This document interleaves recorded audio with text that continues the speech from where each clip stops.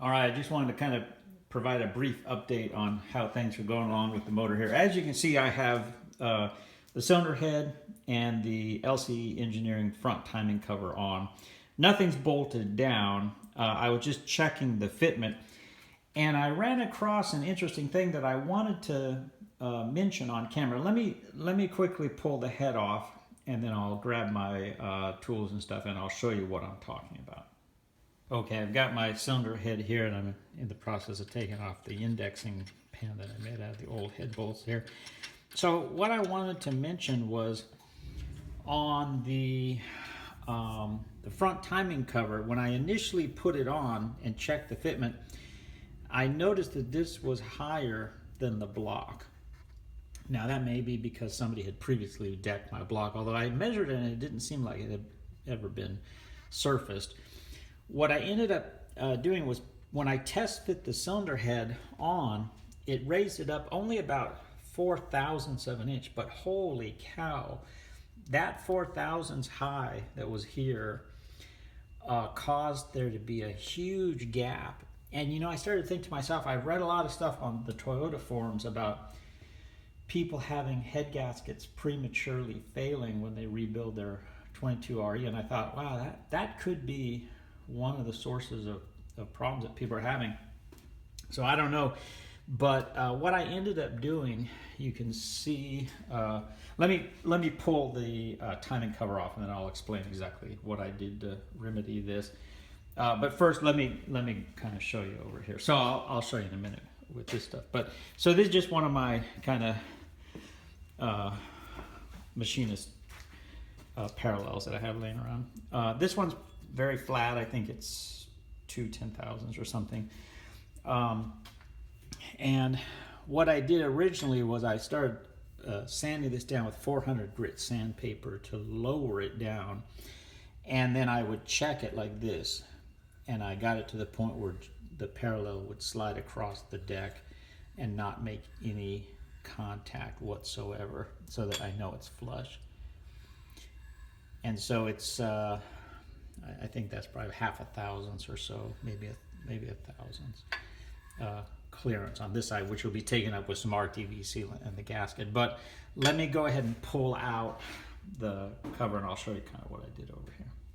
So then I've just pulled the LC Engineering cover off, and all I did was, you can see I had some 400 grit sandpaper, and I just put it on the surface plate. And then all I did was I just sat here, I kind of flipped this guy over with the sandpaper on here, sprayed a little gasoline for lubrication, and then I just went back and forth, and then I took measurements with my height gauge.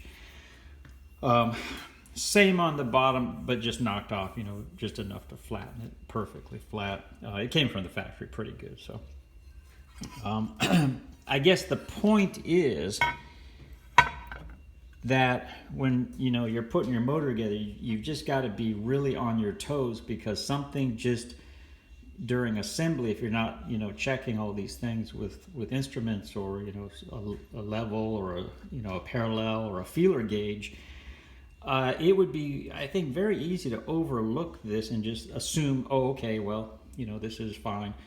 And if you aren't test fitting the cylinder head before you slap the head gasket on, you just think, okay, well, the head gasket is going to take up any little, deviations in heights, which is true to a certain extent, but I think it could potentially throw off the clamping pressures back on the cylinder head by having, the front of the head tipped up 4/1000ths or 3/1000ths or any amount, really. So, because, like I say, I had seen a number of people comment on the forums about head gasket failures, I thought to myself, that could be one of the culprits, in addition to just not having the cylinder head surface or the block surface, perfectly flat. And I'll tell you, when I first put this cylinder head on, the cylinder head came from the factory very flat, but when I first put the cylinder head on the block to test fit it, there was very definitely a rocking back and forth, which bugged me, and that's what led me to do the whole hand scraping. And I've got a video coming that I'm going to edit together showing the whole hand scraping process for the block, and also a little bit of the leveling of the surface of the cylinder head. So that'll be coming soon. I just have a lot of editing to do. But like I said, I was startled at how much the cylinder head rocked initially before doing work. Now that I've done this and all the other stuff that you'll see in the hand scraping video, the cylinder head clicks down almost like a Swiss watch going together. And there is absolutely no rocking of the cylinder head. It lays down perfectly flat on the block and the timing cover. And you can't even get a thousandth of an inch feeler gauge anywhere under the cylinder head. So real happy about that. And I'll be assembling the timing stuff here relatively soon. But I did want to just comment on if you guys are doing anything with the 22RE that involves the head coming off and going back on, absolutely check to make sure that the front timing chain cover is not standing up higher than the block, because I think that could be a potential source of problems when it comes to installing head gaskets. So, okay, as always, hope you enjoyed the video. Feel free to use the comment section below.